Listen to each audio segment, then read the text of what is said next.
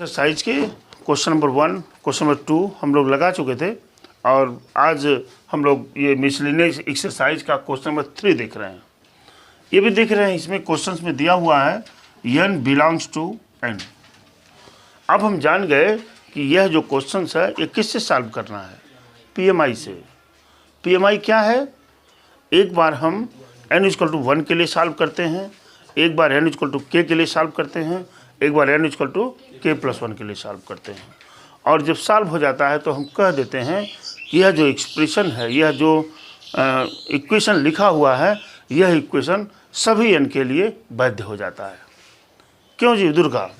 यही काम हम इसमें करते हैं। ठीक है, हम यहाँ से इस क्वेश्चन को ले लेते हैं।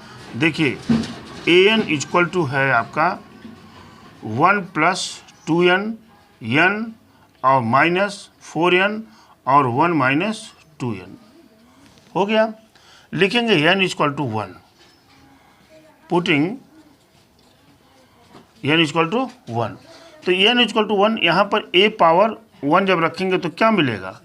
a ही मिलेगा ना ये। और यहाँ पर आप 1 रखेंगे, देखिए 1 + 2 × 1 कितना मिलेगा राजकुमार? 3। यहाँ 1 रखेंगे क्या मिलेगा? -4। यहाँ 1 रखेंगे 1 ही मिलेगा और यहाँ रखेंगे तो क्या मिल जाएगा? -1। देखिए 1 रखने पर ये मैट्रिक्स और ये मैट्रिक्स बिल्कुल एग्जिस्ट कर रहा है ना। तो अब आप लिख देंगे कि दिस एक्सप्रेशन, लिख देंगे, ये सब हम लोगों ने कल सब कुछ लिखा था। This expression is true for n=1। अब क्या करेंगे? अभी बोला हूँ फॉर n=k के लिए। n=k मतलब जहाँ जहाँ n है वहाँ वहाँ क्या लिख देंगे? हम k लिख देंगे। तो यहाँ से लिख दीजिए, यहाँ से मिलेगा a⁻k = 1 + 2k, k और -4k और 1 - दुर्गा 2k हो गया। फिर यहीं लिख देते हैं this expression is also true for n=k। अब किसे निकालेंगे? फॉर n=k+1 के लिए। अब जहाँ जहाँ n है वहाँ वहाँ क्या लिखेंगे? k+1। राजकुमार कल आए नहीं थे आप, कल हमने पूरा बताया था। यहाँ पे लिखेंगे a⁻k+1 = क्या हो जाएगा भाई? यहाँ 1 + 2 ब्रैकेट में k+1, जहाँ जहाँ n है वहाँ वहाँ k+1 लिखना है। यहाँ क्या मिलेगा? -4k+1 और यहाँ k+1 और 1 - 2 ब्रैकेट में k+1, ये मिल गया आपको। अब आप जानते हैं ना कि यहाँ से हम इसको ले लेते हैं, कल बताए थे सब आपको। यहाँ से हमने LHS को चूज किया। क्या किया? मैंने यहाँ पर क्या लिखा? LHS को हमने चूज किया। LHS क्या है बेटा? a⁻k+1। इसको क्या लिख सकते हैं? a⁻k × a⁻1 हो जाएगा कि नहीं? अब a⁻k की वैल्यू हम यहाँ से पुट करेंगे। देखिए a⁻k की वैल्यू है ना, यहाँ निकाले हैं। यहाँ हम लिखेंगे a⁻k का मतलब हो जाएगा 1 + 2k -4k, k और क्या 1 - 2k इंटू a की वैल्यू तो ये है, गिवन है यहाँ पर। तो मिल जाएगा 3 1 -4 -1, ये तो मिल गया। This will be equal to, multiply करना है और इन दोनों के मल्टीप्लाई करने से ये चीज़ें मिलनी चाहिए आपको। LHS के माध्यम से हमको LHS मिल जाए तो अभी आप लिख देंगे जो आप लिखना चाह रहे हैं। बात समझ पा रहे हैं ना? चलिए मल्टीप्लाई करिए। जानते हैं मल्टीप्लाई हम कैसे करते हैं? रो टू कॉलम।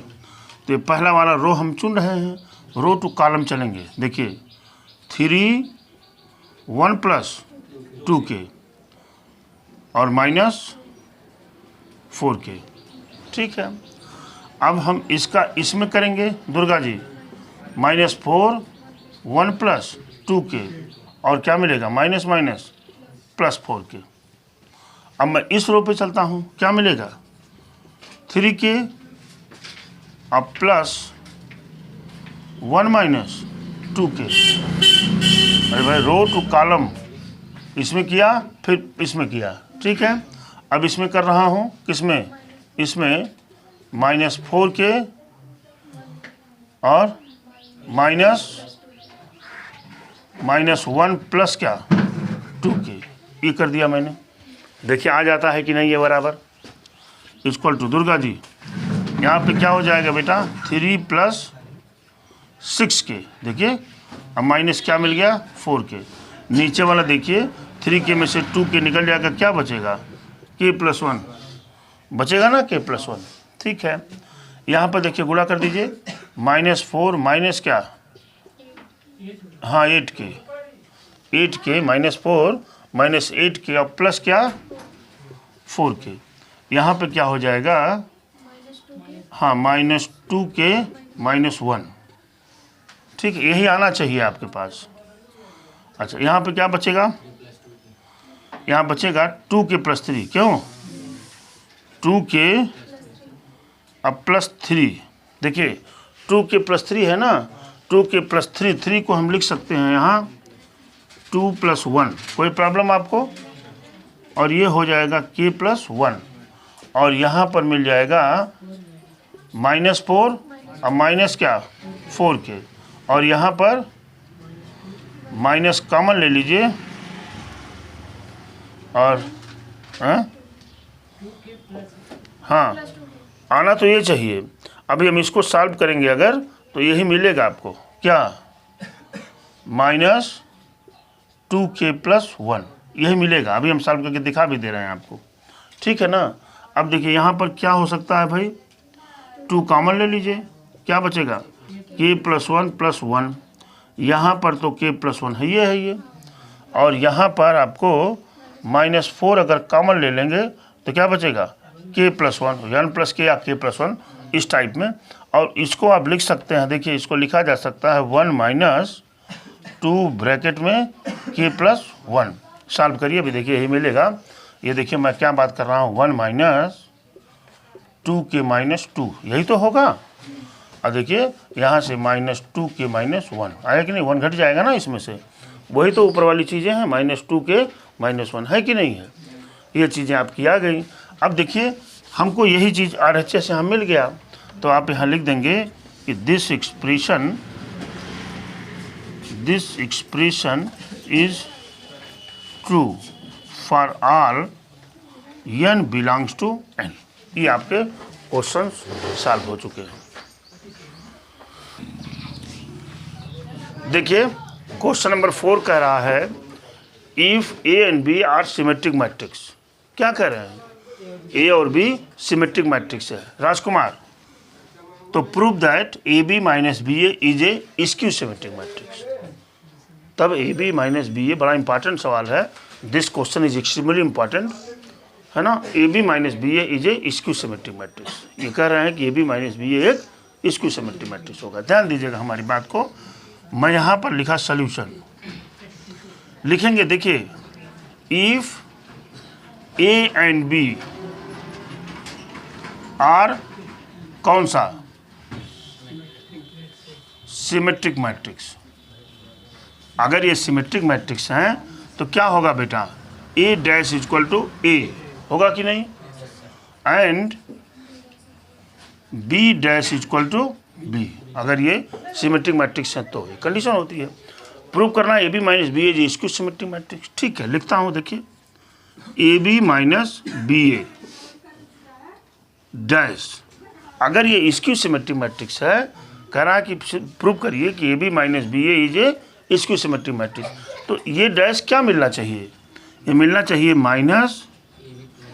- BA मिलना चाहिए कि नहीं मिलना चाहिए। अरे भाई स्क्यू सिमेट्रिक में क्या होता था, ये डैश किसके बराबर आना चाहिए, माइनस से के, तो मैंने इसके पहले माइनस लगा दिया। हमको इतना प्रूव करना है, ठीक है, हमारी बात समझ पाए होंगे आप। चलिए देखिए, जब मैं ये लिखूंगा यहाँ से LHS को ले लूँगा AB - BA डैश, ये बराबर क्या हो जाएगा। देखिए एक प्रॉपर्टी हमने बताया था कि अगर A - B डैश हो तो क्या लिख सकते थे, A' - B डैश, होता था कि नहीं राजकुमार। तो इसको मैं क्या लिख सकता हूँ, ए बी डैश माइनस क्या, बी ए डैश। हो जाएगा कि नहीं। दूसरी प्रॉपर्टी होती थी, देखिए ए बी का डैश बराबर क्या होता था, बी डैश ए डैश। तो यहाँ से ए बी डैश है ना, होल डैश, तो क्या लिख सकते हैं, बी डैश ए डैश, अब माइनस यहाँ पर ए डैश बी डैश। हो जाएगा कि नहीं। इक्वल टू बी डैश की वैल्यू किसके बराबर है, बी के, और ए डैश की वैल्यू ए के, माइनस ए डैश की वैल्यू ए के बराबर और बी डैश की वैल्यू बी के बराबर है। देखिए B A minus A B आ गया। अगर मैं यहाँ माइनस को कॉमन ले लूँ दुर्गा, तो क्या मिल जाएगा, ए बी वाला प्लस होगा कि नहीं, और ये वाला क्या हो जाएगा, माइनस हो जाएगा। देखिए मिला कि नहीं मिला, वही मिला कि नहीं मिला। हेंस क्या कह रहे हैं, हमसे बात करिए। Hence we can say that A B minus B A is कौन सा, skew symmetric. Skew symmetric matrix माने होता है विषम सममिता भी। हो जाएगा नहीं हो जाएगा। क्या कह रहे हैं, so that the matrix B dash A B क्या है, देखिए, so that the matrix B dash A B is symmetric. B dash A B symmetric होगा और स्क्यू सिमेट्रिक होगा, सिमेट्रिक होगा अथवा स्क्यू सिमेट्रिक होगा। According as A is symmetric. जब ए सिमेट्रिक है तो ये बी डैश ए बी क्या हो रहा है, सिमेट्रिक हो रहा है, और स्क्यू सिमेट्रिक। और जब ए डैश स्क्यू सिमेट्रिक है तब ये क्या हो रहा है, स्क्यू सिमेट्रिक हो रहा है। तो दो केसेज इसमें मैं बना ले रहा हूँ। देखिए मैं लिखा इसमें case first, case A is symmetric when A is symmetric. ठीक है बेटा, अगर ए इज सिमेट्रिक है तो क्या मतलब है, ए डैश बराबर ए। अच्छा, तो ये क्या कह रहे हैं, देखिए बी डैश ए बी का डैश मैं लूँगा तो क्या हो जाएगा,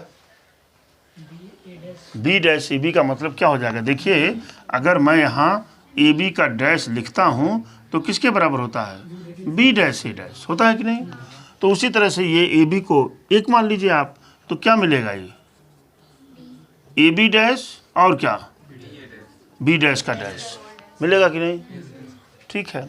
अच्छा, ए बी डैश बराबर किसके हो जाएगा, बी डैश ए डैश।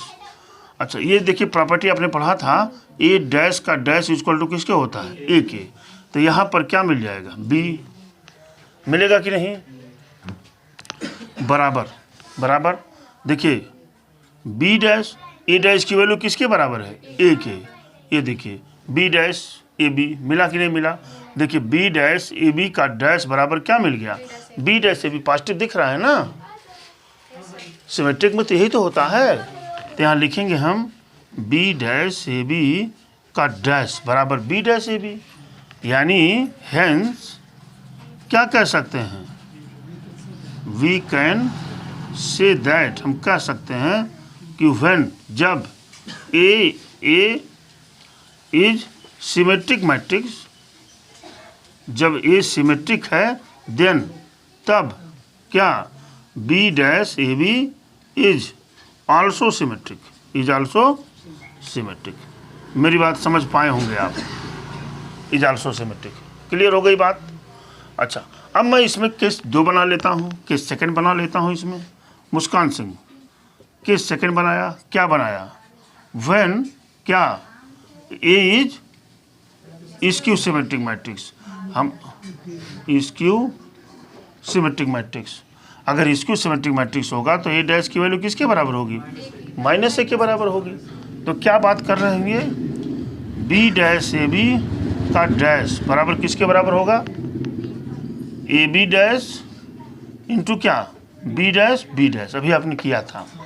और ए बी डैश बराबर किसके होता है, बी डैश ए डैश, और B dash A dash equal to क्या, बी। और आप जानते हैं कि बी डैश और ए डैश की वैल्यू कितनी है बेटा, माइनस ए है कि नहीं है। माइनस को पहले कर लीजिए, minus B dash A B. देखिए मिल गया कि नहीं Rajkumar, B dash equal to minus B dash A B, है ना। तो hence B dash A B is क्या, स्क्यू सिमेट्रिक मैट्रिक्स। देखिए कितना आसान है, आपको थोड़ा सा समझना है और कर भी देना है। ऐसे क्वेश्चन एग्जामिनेशन में आते हैं, ऐसे क्वेश्चन एग्जामिनेशन में आते हैं, इसको नोट कर लीजिए।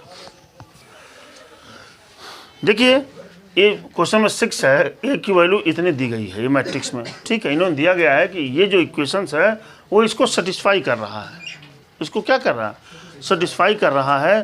तो एक्स वाई जेड की वैल्यू बताइए, ठीक है। क्या दिया हुआ है, ए डैश ए।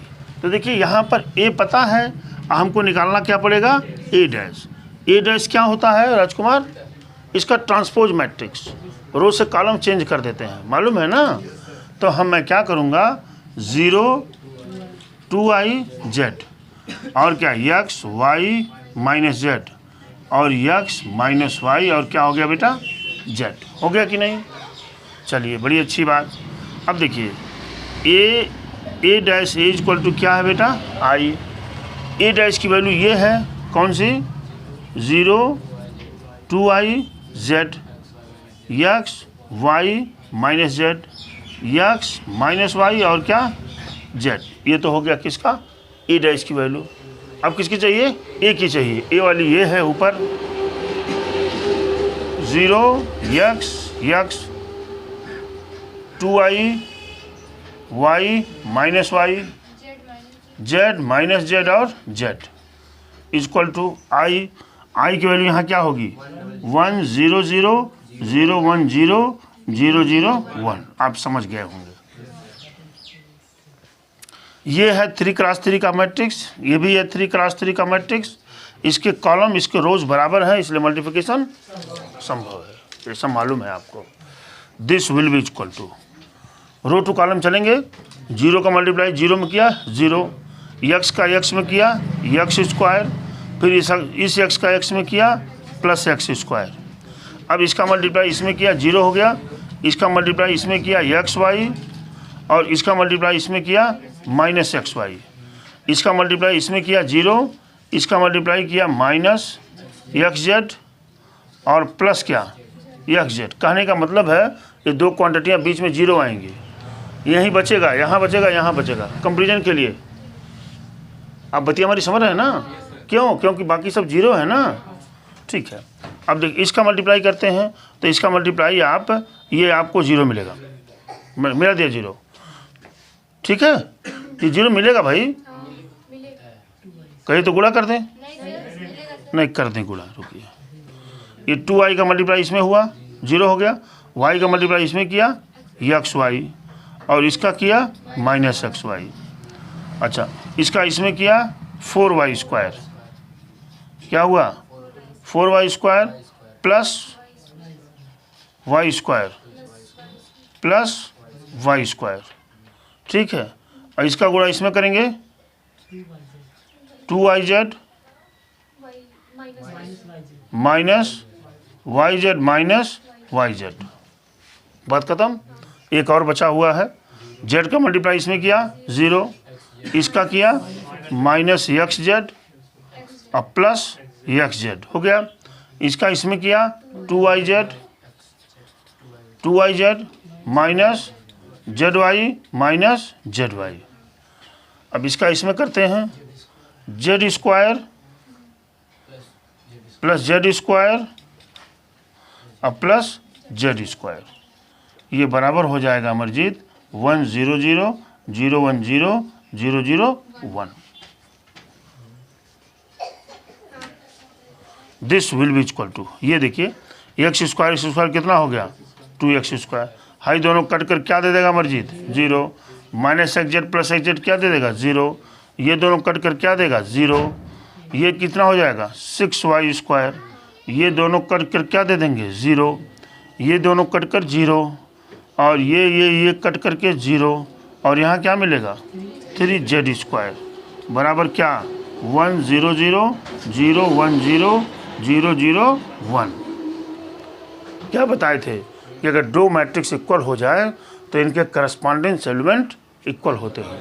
तो यहाँ से राजकुमार 2x स्क्वायर की वैल्यू क्या होगी 1, 6y स्क्वायर की वैल्यू क्या होगी 1, 3z स्क्वायर की वैल्यू क्या होगी 1, होगी कि नहीं होगी?